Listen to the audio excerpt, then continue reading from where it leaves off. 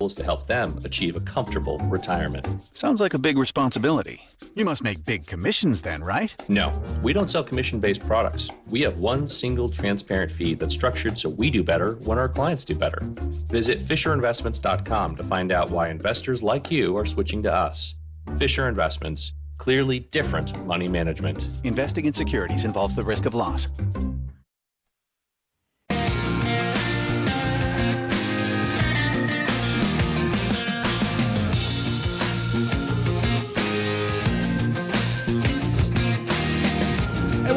Welcome to Weather and Ag in Focus. Want to thank everybody for joining us 1:07 in the afternoon on this hump day. Almost Friday. Friday Eve. Right? What are you banging around over there? And I don't even know where it's going. Yeah. I just hope I find it along the way. Mike. It's going to be one of those days, isn't it? It sure is. It's a beautiful afternoon out there. It is. Well, it's a little cloudy. There are some showers and thunder showers developing on radar out between Castleton and Valley City, moving northward. We'll see a few more of those showers and thunder showers developing as we head towards evening here in the central and southern valley. Most of the rain late today, tonight is going to favor the northern valley, but come Thursday, we're all going to get a good soaking. So that's good news there. We need it. We need it. That's for sure. A few thunderstorms in the forecast. Some of those could be on the strong side as we head into later today, but again, favoring areas just west of the valley, it looks like. More clouds around today, too, than yesterday. Temperatures in the low to mid-80s, central and southern valley. A little cooler out to our west with the thicker cloud cover. What's so funny over there, Bridgette? It's cooler, which means that today when we go to the field, I might actually wear pants. Because well, yeah, we like it when you wear pants. When you come out to the field in no pants, that's usually some kind of violation. Speak for yourself, Dean. That's called a skirt. I know you're unfamiliar with these type of fashion terms, Dean. It's a little outside your realm. Well, but yeah, it is. Except for that one time back in. Never mind. You see, he's still trying to figure out why when you do it, it's cute, but when he does it, it's disturbing. Right. That's it's because I shave my legs. Dean doesn't. She's got me there. oh man. Okay. So going to the field after the show today for our Here We Grow project actually works out really well because hopefully A, it rains on us. I'd be okay with that. B, I grabbed a soil probe and a soil thermometer because I'd like to know how dry is it, how far down into our soil profile, and then also I'm going to put a soil thermometer in because we worried so long about our soil temperatures warming up. Now, if I was that close to a black soil surface, I think I'd just be frying like a little soybean. Yeah. Well, those little soybeans will get nice little drink as we head into, especially tomorrow, Thursday, Friday, Saturday, Sunday. That's going to help. Very out. Excited. Now, will the rain that we get end of this weekend, of the weekend, that will really help to really sprout things up quickly, shouldn't it? Well, I should think so. We got a lot of we have a lot of plants sitting in dry soils right now. Mm-hmm. They need some moisture.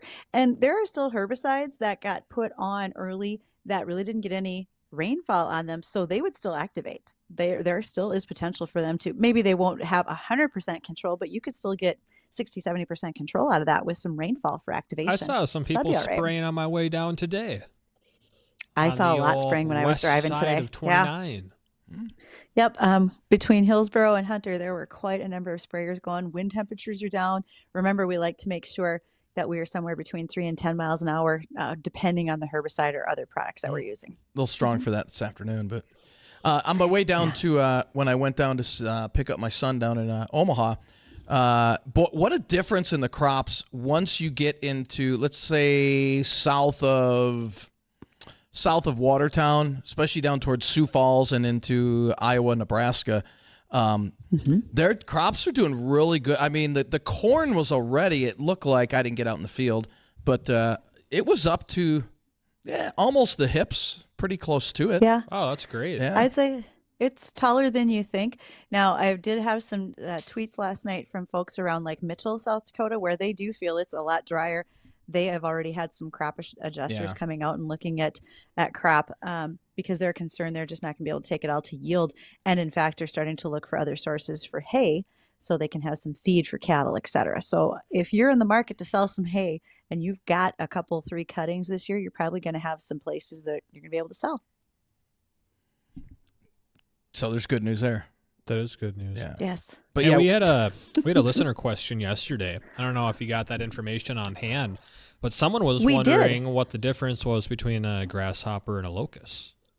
All right, let me go get that information because I reached out to Dr. Patty Persifka. She's a doctor of entomology. She works for Corteva Agriscience and is a past coworker of mine.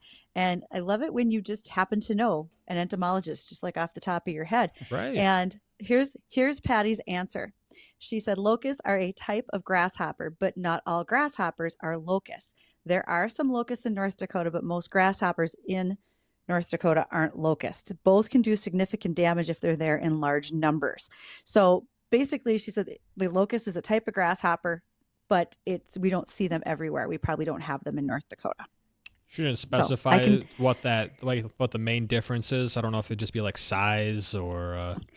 I think it has a lot to do with size. It probably also has something to do with like their leg and wing structure. That's how you would determine different things. Like on insects, you classify them by chewing mouth parts, sucking mouth parts, that type of thing. So it also may have to do with the mouth parts of that particular insect. So there's a number of ways to look at it. And Dean is laughing because he's like, you do what? But yes. Honestly, I did not know locusts were a member of the grasshopper family. So I must have been asleep during that class in high school, among others. Well, a lot. Among others. Might have skipped that one. Might have skipped that one. Mm-hmm. That's fine. Interesting. That's why you do this show, Dean. Think of all the things you've learned. I mean, Justin was here. I know. When we had our vet on the other day and yesterday, Steiger tractors were apparently a big that was a big point topic for a lot of people. Right? Right. Sure great. was.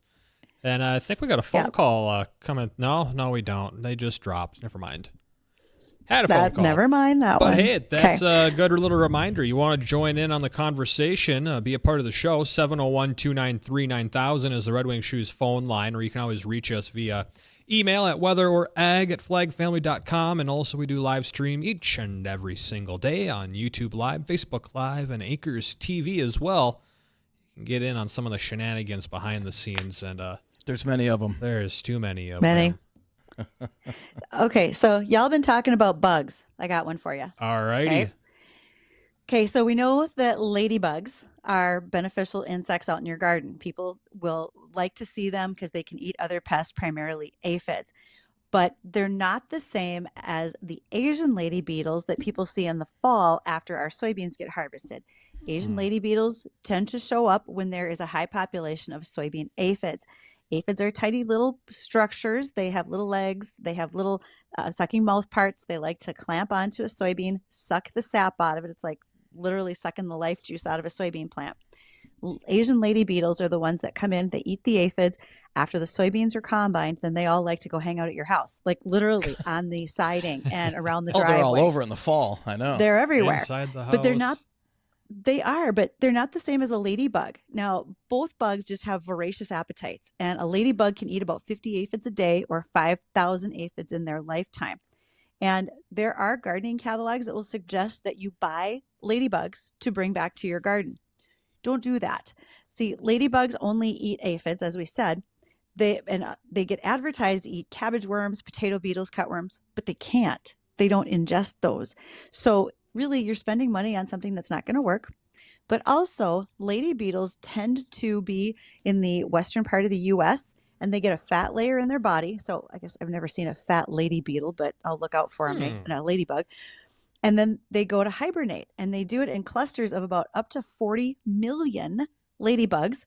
Someone comes along with a giant vacuum, vacuums them up, refrigerates them, sells them to you who are garden homeowners. You put the bugs out in your garden.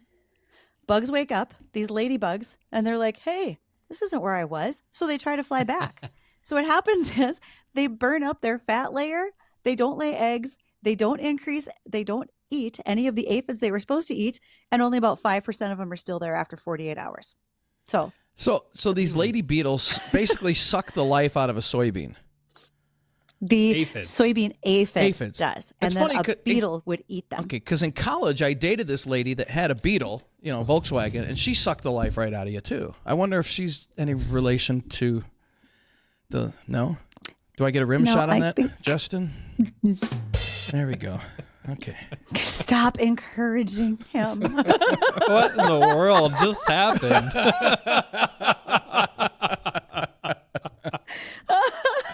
We're just going to play this one again and let it marinate. Sometimes I'll start a Okay. sentence, and I don't even know where it's going. I just hope I find it along the way.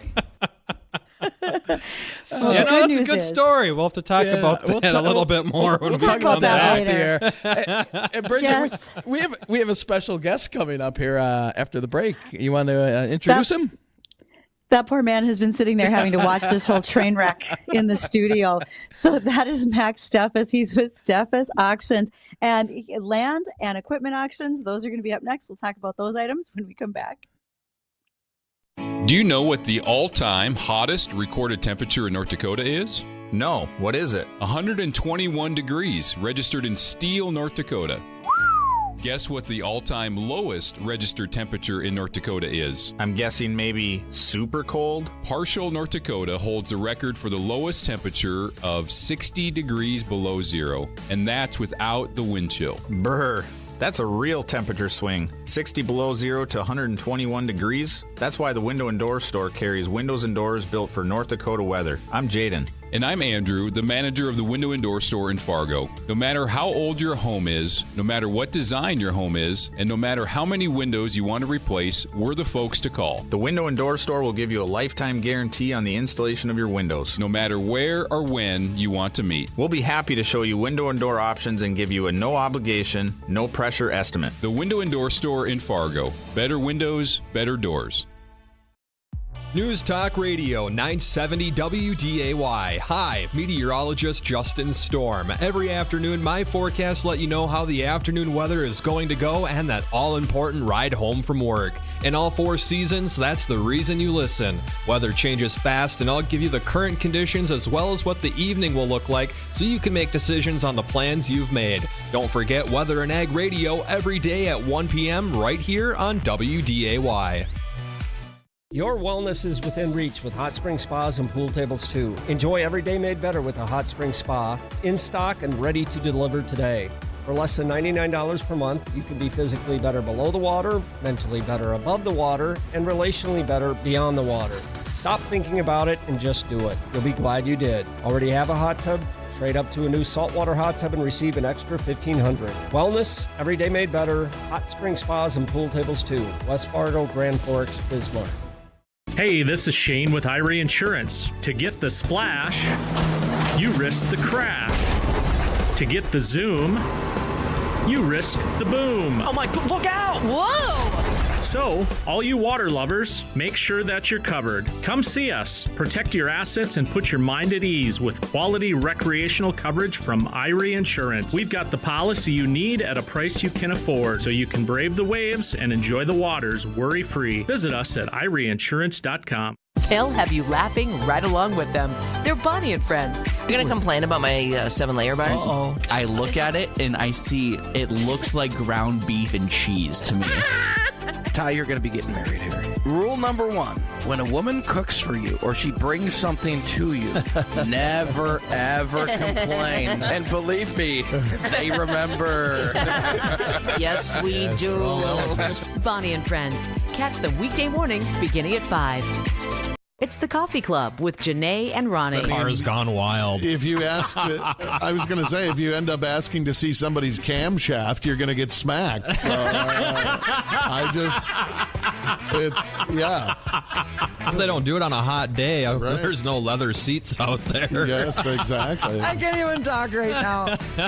Your face is completely red from how hard you were laughing. The Coffee Club, weekdays 8:30 to 11 on AM 970 and 93.1 FM WDAY.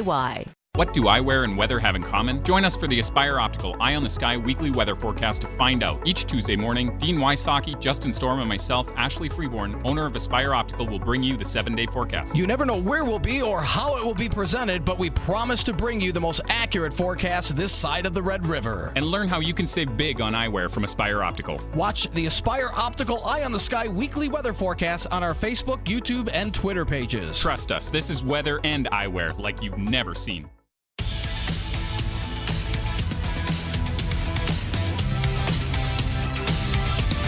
Welcome to WDAY Weather and Ag in Focus. I'm Bridgette Readel, Ag Director, along with the meteorology wizards, Dean Wysocki, our chief, Justin Storm, meteorologist. Oh, and guys, I know it's only Wednesday, and I'm sorry that we're all behaving like it's Friday, because that just means tomorrow is going to be worse. Probably. So thank you to one of our Here We Grow sponsors. That would be Dakota Bank. And they are an ag lending bank based out of Aberdeen, South Dakota. They have a facility here in Fargo now, and they want to be your ag lender, which ties in really, really well with our guest today. And that is Max Steffes with Steffes Group, because they talk about land and equipment auctions. And when you're going to the auction, maybe you should have money, Justin. Be planned ahead. Have some cash, perhaps. Whoa, you guys are using my credit card. Nowadays. Yeah, you're using my credit card. You don't need cash. Jeez. No, not just your credit card, but your credit score. Yeah, we By sort the way, of don't tapped look you. at last month's statement. Yeah, I won't. Yeah. So, Max, go ahead and introduce yourself. Tell us about you and your business. Yeah, and Justin, if you could please have that figured out before the auction, how you're going to pay for it, that would be great. You know, here's a question before you even get to that. How many times do people buy stuff and not have the money to pay for it? Well, we hope not very often, but it does happen, and we deal with those on a case-by-case basis. But yeah, I can tell you all sorts of horror stories off air. All right, we'll dive into that. Oh no, on air. I'd like on air stories, Max. Those are the best, right? Yeah. We'll just leave the names out. Yeah, well, you know, we've had people that buy something and say they need out the next day, and we're left figuring that out. So there's all sorts of adversity that you face in the auction business. So if they back out, they don't have the funds.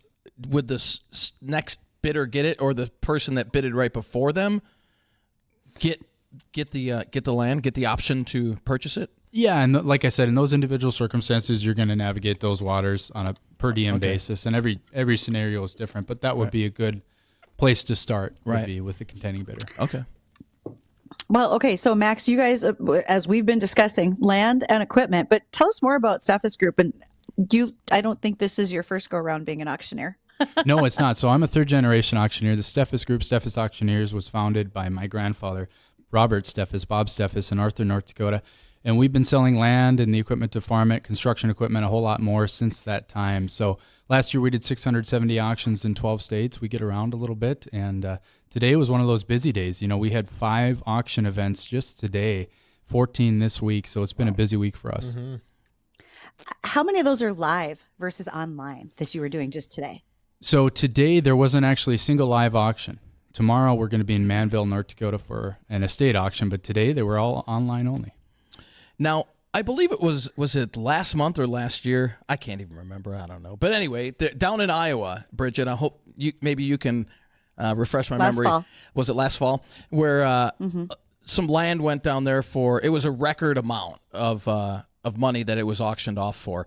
Is there certain areas of the country? I know it does depend where you're at in the country, but where's the hot spot in terms of the land is most expensive here if this goes to auction? You know, when you're talking about Iowa, northwest Iowa would probably be the hot spot. There's plenty of $20,000 to $30,000 an acre land sales in that region of the state. We just got done actually right now selling some land in Jasper County, Iowa. It just closed, literally just closed. That land brought $15,600 an acre, which is commonplace down there. It's just a different world. Okay. Let's see, how many acres are we? We've got 20 acres. Let's maybe 10,000 we could sell that for. You know, I mean, I'm just running some figures through my head here. Just some quick numbers. Run the math. Quick math. Yeah, and then about an hour prior to that sale, about an hour ago, I just left the office. We just got done selling some land by Fergus Falls for you that are listening that are in Fergus. About $9,400 a tillable acre is what that land brought down by Fergus, south of Fergus. Okay, so I know we get this question a lot. What are the factors that are going to contribute to it? You know, I had a call here just a couple months ago. Well, there's a record sale of land north of Bismarck, but just because it was a record sale, people don't always take into account some of the facts, like maybe it had hunting accessibility, irrigation, et cetera. What are some of the things that you see that really drive land prices higher these days? Well, the three leading indicators that we look at when it comes to what they're going to do to land prices, first would be commodity prices. And commodity prices ultimately determine what farmers are going to get for their crops. So that's the first leading indicator. The second would be interest rate. And the third would be yields. In terms of the individual piece of land, we're going to be looking at things like the soil profile, the productivity of the land, the access, how easy is it to get to, and then ultimately speaking, the competitiveness of the neighborhood that land is selling in. If you're in a very competitive neighborhood with some young producers that are in a cash position coming off a good year, typically that land's gonna sell pretty well in that neighborhood. What about if there's a drain tile on the field or the acreage? You know, they got it all tiled up. Do you see an increase in value with that or a decrease for those who don't have it? Oh, yeah. Tile pays twofold, you know, both on the sale side from an equity position, you're going to get that money back out, and also on a production side of things. Mm-hmm. Obviously, that land's going to be a little bit more productive. You're hopefully going to be able to raise a bigger crop on that piece of parcel of land. So tile is a good thing. What percentage would you say of your land auctions have drain tile? I would tell you that the further south you get, the more it is. So the land in Fergus Falls today was tiled, and you get south of Fergus, there's very few parcels of good farmland that isn't tiled, and some of that is very old tile. So tile is relatively new to the Dakotas and this part of the region, just simply because of cost. I mean, drain tile was $500 an acre to put in, and the land was bringing, $1,500 an acre. It was cost prohibitive. We're down in Iowa, you could pay for that because the land was bringing $5,000, and right. So things have changed that, and the science has changed too. It's with LiDAR mapping and drainage and that sort of thing. They're much more accurate when they're placing that tile in the ground. Wow. Oh, and that's just tremendously huge. Like you said, that accuracy, the way you're laying the tile so that it doesn't cause any issues and it can follow the contours of the land so well. Does it matter the time of year that you have a land sale? Because, there used to be you don't want to sell a house in the dead of winter. Is it anything like that when it comes to selling land?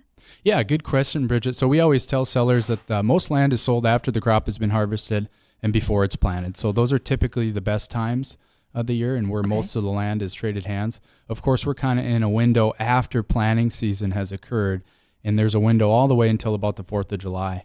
Really, we're stepping in, Bridgette, you know this, into a period of major uncertainty in the agriculture world. So farmers don't know if they're going to have a crop this year. They're going to have a small crop, a big crop, no crop in some regions of the Dakotas, especially with as dry as it's been. Dean, if you could work on that would be great. It'll all change after tomorrow. All right. I'll hold you to it. You want to make a bet? I'll bet you. I'll lay some money on this one. Absolutely. I already won a lunch this week. You want to keep it going? We'll talk after. All right.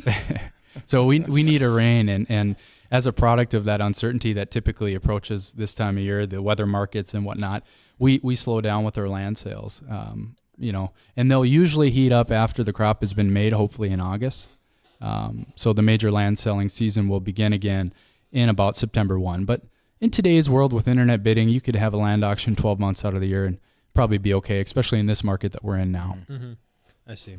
Well, I've always been interested to know when someone's going through the auction process of, hey, I got this land, I don't want to go through the trouble of listing it, selling it, transferring that. Let's just do it at an auction. Maybe we'll get more if there's so many people that are interested. And I want to know what that process looks like from step one to it's been sold in an auction. And I'd like for you to answer that when we come back from our break.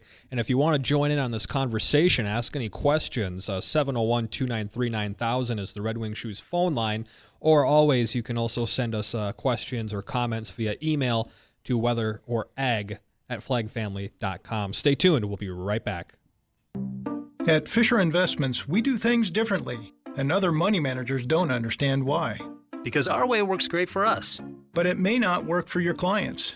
That's why Fisher Investments is a fiduciary, obligated to put clients first. It's the highest standard for a financial advisor. So, what do you provide?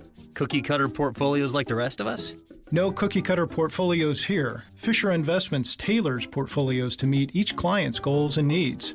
But you do sell investments that earn you high commissions, right? And make commissions when you make trades for your clients?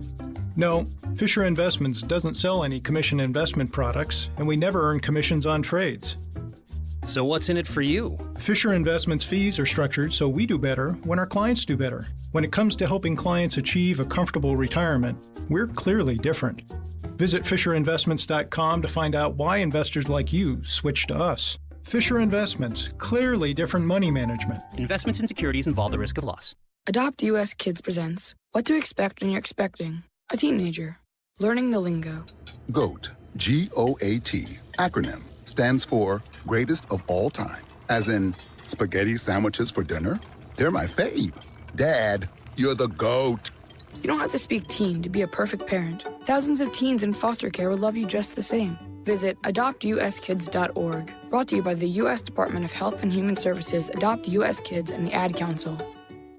Why are so many business professionals lunching at Barron's Eatery at Kingpins? Oh yeah, those guys with ties, pals, and professional gals all making it to Barron's Eatery at Kingpins, Jack's Way South, off 52nd near I-29. Great appetizers the office will love, like firecracker egg rolls and crispy calamari. Try one of the 5 different kinds of pizza, 4 different kinds of pasta, and handhelds, like burgers, wraps, and clubs, and walleye. It's a must-try in Fargo. There's a reason why so many leave the office and lunch at Kingpins. Yes, Barron's Eatery at Kingpins is known for hosting birthday parties, corporate and team building parties, but don't miss out on their lunch.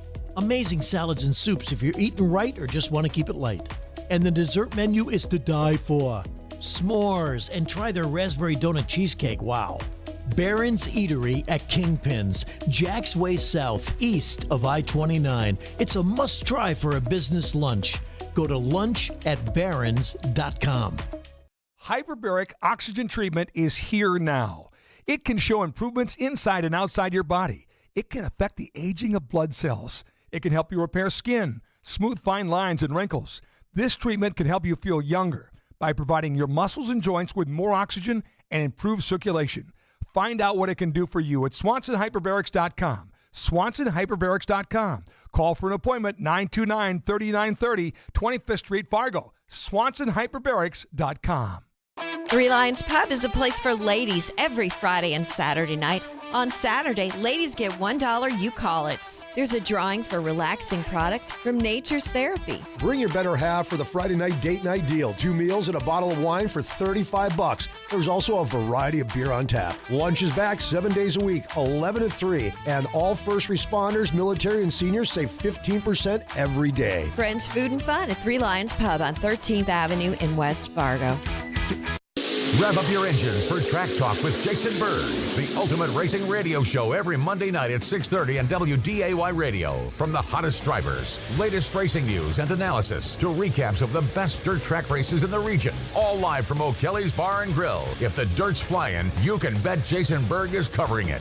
Track Talk is brought to you in part by Brenco, Johnson's Auto Repair, North Dakota Retriever Club, Welton's Tire Service, and WDAY Radio.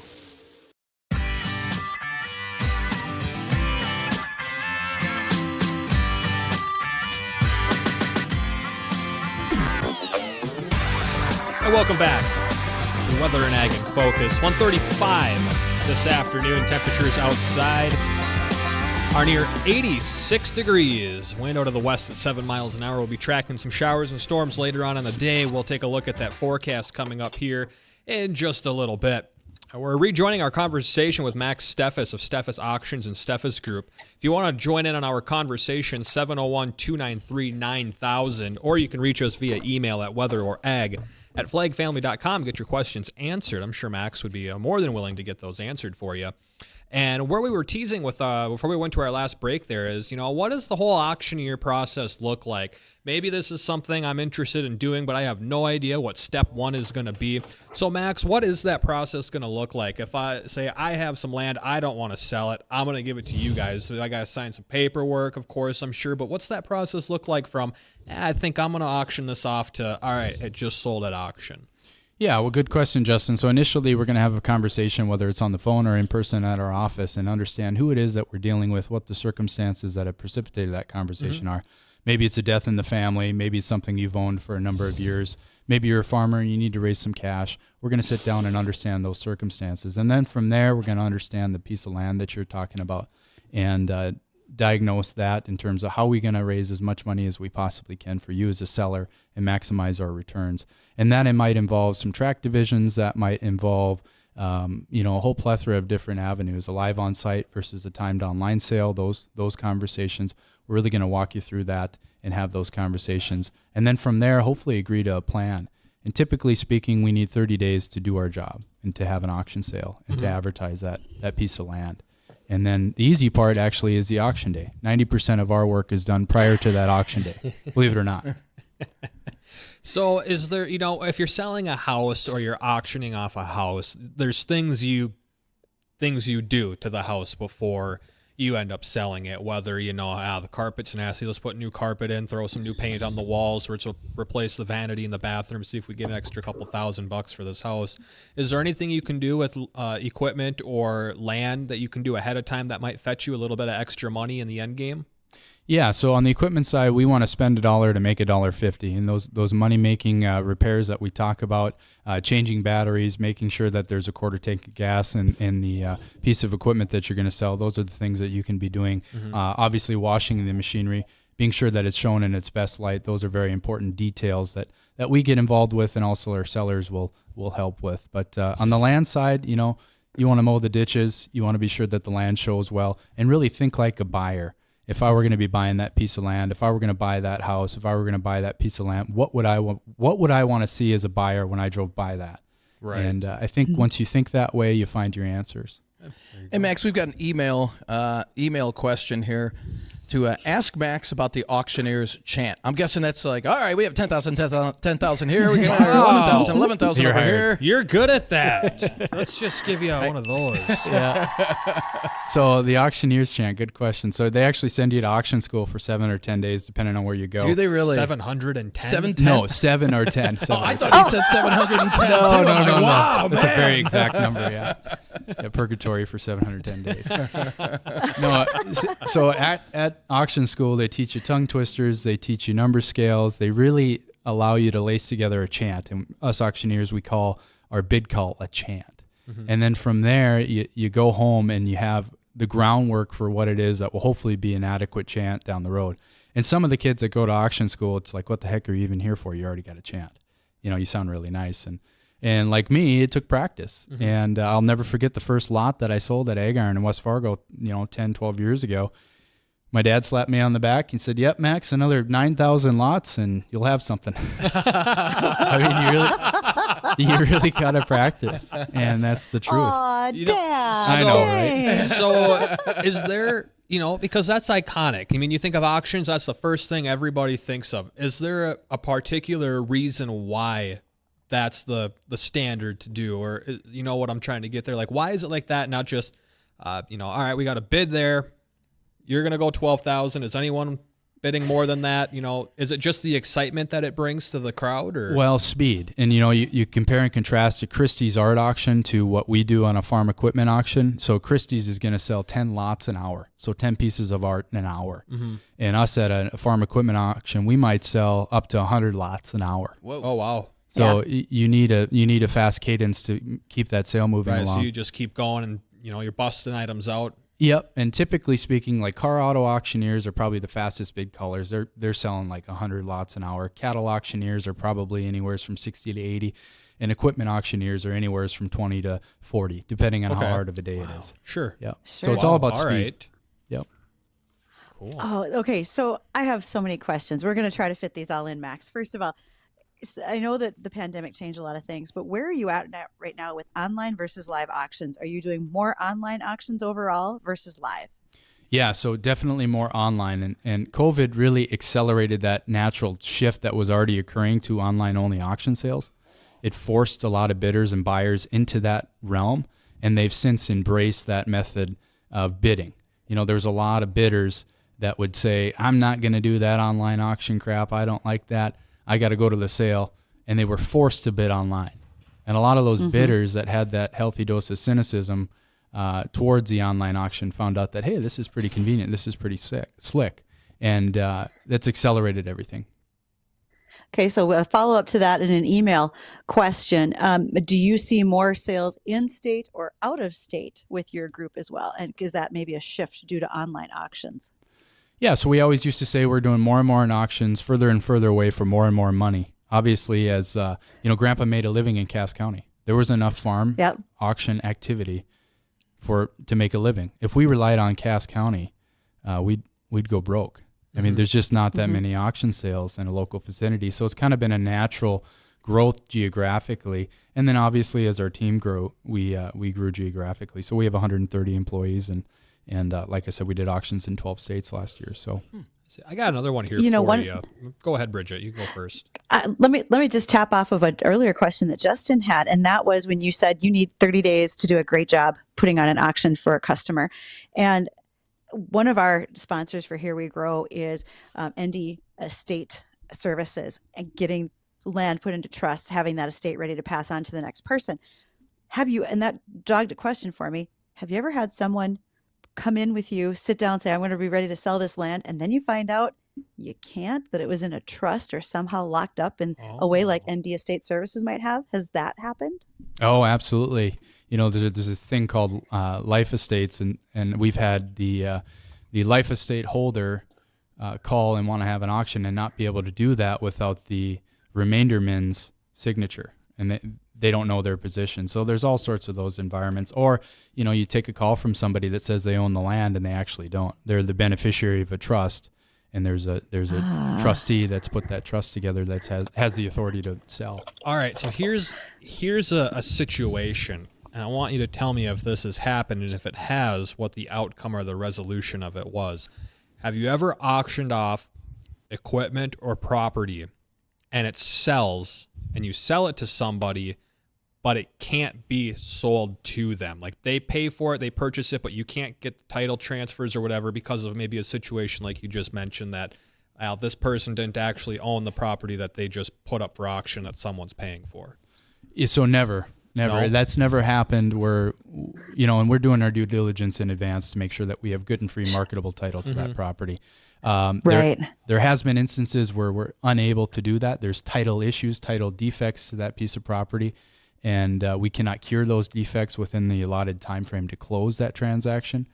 Those scenarios have happened, but we've never had the scenario where, the guy doesn't have the legal authority to sell it. Right. We've had a scenario where the guys died before the auction. Those are interesting.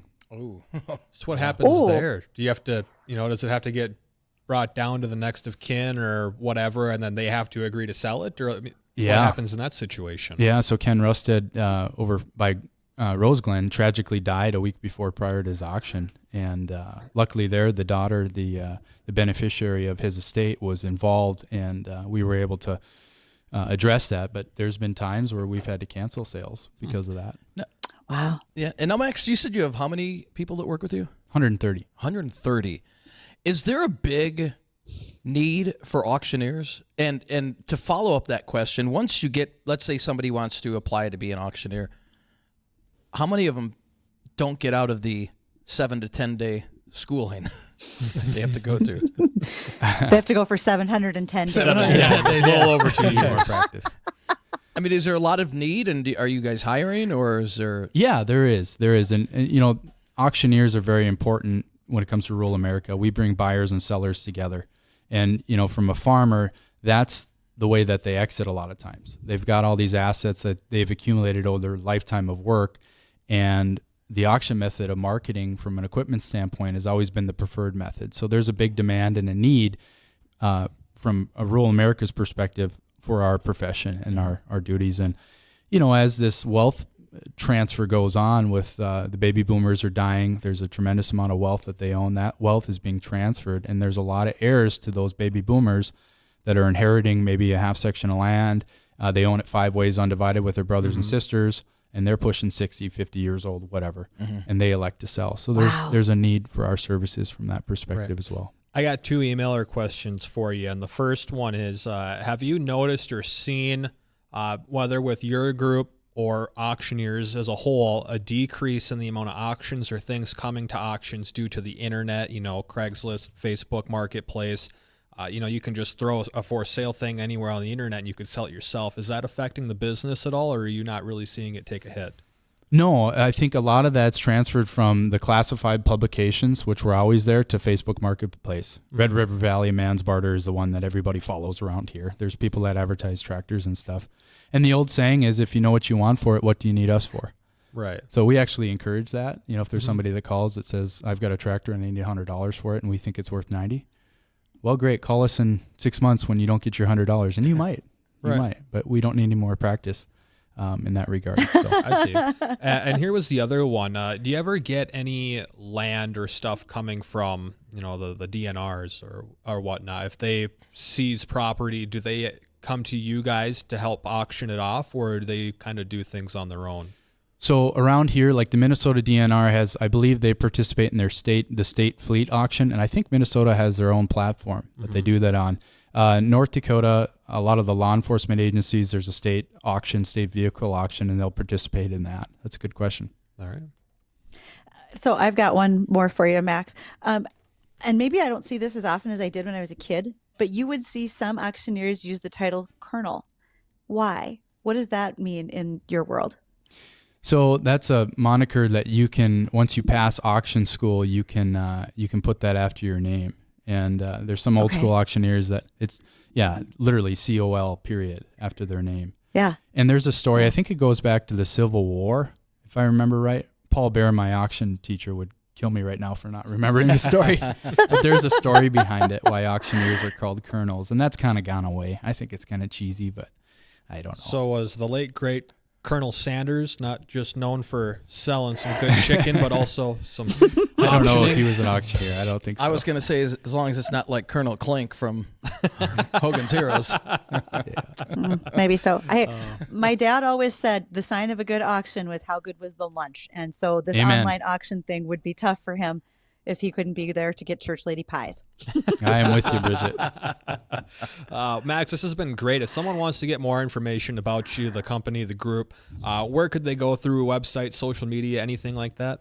Yeah, so steffesgroup.com will get you all of our contact information. You can learn more about us in terms of what we're doing every day, and we'd love to hear from you. Okay, right on. Well, we're going to get caught up with the American Egg Network now. When we come back, got another look at the forecast, a couple egg topics, and I'm sure Dean's got another fun college story he's going to tell us. So stay tuned. Get ready for the longest open house and lemonade stand, June 23rd to the 25th at a cool Brookstone property in Horace. Indulge in 64 hours of games, food, and music, and lemonade stand. All proceeds go to help fight Alzheimer's. Visit longestopenhouse.com to donate today. It's about tradition, values, and family ties. Pucklet Chevrolet GMC's tradition of giving back to our community remains a priority, and that's why we've partnered with many local nonprofit organizations and events. And our tradition of giving this community a fair and honest offer continues. Right now, you can save over $6,000 on select new Chevy Silverado 1500s. We're Pucklet Chevrolet GMC in Valley City. Tradition, values, and family ties. See dealer for details. Shinedown, live, Friday, July 14th. At the Red River Valley Fair, all-finished concrete grandstand. Shinedown.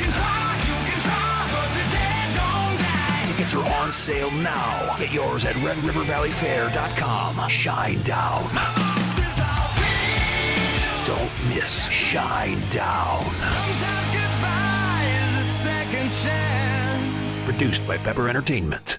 Here in the Red River Valley, many things have changed over the past century, yet we continue to work hard, and hard work requires the right boots. At Red Wing Shoes, we create every boot by hand. We are a company rich in history, heritage, and pride, and we're committed to making shoes that fit the job. Boots that are strong and good-looking, that provide comfort and stability. So no matter the size of your feet or the demand of your job, Red Wing Shoes have the boots for you. Stop in and see for yourself at 3003 Main Avenue in Fargo. Red Wing Shoes for ultimate durability. Get ready for the longest open house and lemonade stand, June 23rd to the 25th at a cool Brookstone property in Horace. Indulge in 64 hours of games, food, and music, and lemonade stand. All proceeds go to help fight Alzheimer's. Visit longestopenhouse.com to donate today. Grain markets continue to rally with soybean oil under pressure from the EPA biofuel announcement. This is the American Ag Network. of Jesse Allen with this market update. Joining us now, Arlen Suderman with StoneX. Arlen, first let's talk weather. That's giving us another leg higher here across this grain trade today. Lack of rainfall in the Midwest seemingly having a pretty big impact here on this crop, isn't it? Certainly is, and we typically say when we get a weather-related market like this that the prices take the escalator up and the elevator down, but I would argue this year with momentum trading algo computers adding buy orders in there that we're taking the elevator up instead of the escalator. It's going up sharply. We're pushing prices higher.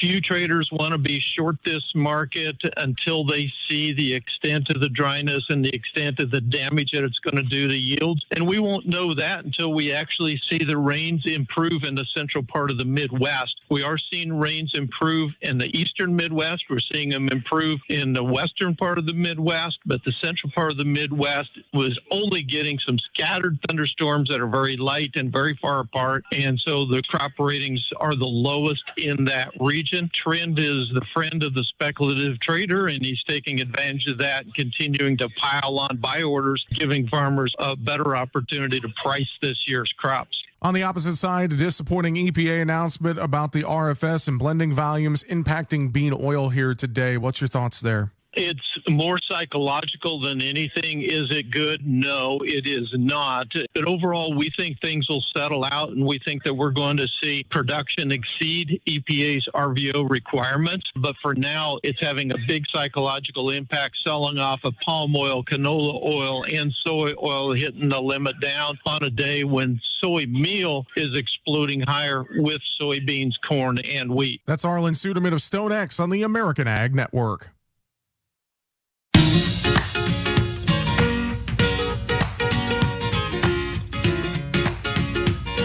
And welcome back to Weather and Ag in Focus, 1:53 in the afternoon, and temperatures in the mid-80s here at the studio. Not going to move much more, a few more degrees, close to 90, upper 80s, right around 90 degrees. And we have a message from one of our listeners. Actually, we all know Parker. He's one of our good friends. And he's where's my rain, Dean? He said, "Where's my rain, Dean?" So, Parker, hang tight. It's coming. Probably not a lot today. Probably not a lot tonight, but as we head into Thursday, Friday, and Saturday and Sunday, some much needed rain across the area. So not much. Don't get mad that you're not going to see a lot today. Probably not a lot tonight, but as we go through the day on Thursday, and Friday, Saturday, Sunday, it'll all add up for you. That's what I want to hear. Justin promises. What am I promising? Rain. Those locusts? I think those are locusts. Okay. Yeah, there's rain. Yeah, there is rain in the forecast. Sorry, I was doing some background stuff here. It's okay. Even a few showers on radar right now out to the west of the valley, moving due northward. So we'll wait for more development as we head towards evening. Some of those could be on the strong side. Main threat would be hail with that. But other than that, kind of scattered this evening into the overnight, with the main rain being out to our west and in the northern valley, and then more widespread rain comes into the area as we head into Thursday and Thursday night. So good news in the forecast. There is rain coming our way, and I think it's going to be a widespread area of about 1 to 3 inches. One being on the low side, which, I mean, I hate to say one isn't enough. Bridgette, you can verify that. I think we all need at least close to 2 inches over the next 5 days out of this. Look, if you can deliver a 1-inch rainfall, no one is going to complain. If you can do more than that, and it is not a hard packing 5 inches of rain in an hour and a half, we're going to be pretty happy. Yeah. Now, if you get caught under any of these individual storms that are scattered, let's say this evening into tonight, some of those areas could pick up a quick inch if you're caught under one of them. But they're moving at a decent pace where we shouldn't have to deal with that. Well, what do I need to do to get more rainfall? Leave the windows open on the pickup. I'll run it through the car wash. Wash the car. Yep. Leave the windows open. Have a softball game. Have a softball. Sound a little dejected over there, my redheaded friend. Indeed. It'll be okay, I swear. That's what I said. You hope so. You want to make a bet? Play. I am open. I already won lunch on yesterday's bet, and I will be more than happy to You want to do, and no Burger King or McDonald's or anything like that for lunch. Nothing against Burger King and McDonald's. They're good, but just... you can't handle the calories from McDonald's. Gotta change it up a Burger little. King. Thank you. So you want like a... I don't even know. Like we'll think of something. Yeah, I don't know. Yeah, Bentley, my son is visiting. He told me, Dad, you need to lose weight. Thanks. Oh, why? Why, Bentley? Why? We're sitting in the weather office. Dad, you need to lose weight. Why? Well, you've got a big fat belly. I'm like, oh boy, thanks. I'm trying. Gym, Dean, you got to hit the gym. That's exactly. And you know what you do when you get to the gym? Just gonna send it. There you go. Hey, how about a couple ag topics here? This is one that was kind of interesting to me. It may be a little upsetting for some, but dicamba-resistant water hemp confirmed in North Dakota, Bridgette. Well, your timing is going to be perfect because we could mention it, but even better, tomorrow, our guest on this show will be Dr. Joe Eichley. He is the North Dakota State Extension weed specialist, and this is an article that he is quoted in that he has talked about with the first confirmed case of dicamba-resistant water hemp. So I think the message that we get from Joe tomorrow will be best delivered from him, and that's going to be pretty exciting to hear what he has to say. Not because it's good news, but what are we going to do to make changes and overcome the problem? And Joe's got a great history that he can share with us about tracking this problem and what's going to happen for our farmers. Right. That was a good one. What could you tell me about deficiencies in corn? What are we seeing right now, or things to keep an eye out for? So if we were raising corn instead of soybeans this year, we might have to be thinking when we drive by the field, why do those leaves look so odd? Because plants need vitamins and nutrients the same way we do. Mm-hmm. And it's easier to confuse what a potassium deficiency might look like versus a nitrogen deficiency. Nitrogen deficiencies start on the tip of the corn leaf where it's discolored, and they come down through the midrib on the center. So on a corn leaf, you always have that very deep center vein. That's the midrib. And there will be a V pattern through the midrib. Now, a potassium deficiency starts at the tip of the leaf, goes down on the outside of the leaf. So if it's potassium, it's the outside of your leaf discoloration. If it is nitrogen, it's down the center. So there's one thing that we can keep in mind. Maybe next year we raise corn, and then we'd have to look for these things. See, that's Never know. some pretty interesting research and science that went behind and being able to determine that, it's iron, it's potassium. Mm-hmm. Why do we need them? What's important? And Bridgette, just to kind of go off topic. So, and I think a college story. No college story. But I think we covered this. It's been months, but there's a researcher. One of the professors I was just reading an article on this, and the article is a year old, but for some reason somebody just posted it on social media about the professor over at NDSU who developed the potato that is now being used in McDonald's French fries. Dr. Susie. Yes, that's her, Dr. Susie Thompson. Okay. Yep. That's kind of making a resurgence again through social media because it's the 1-year anniversary of that.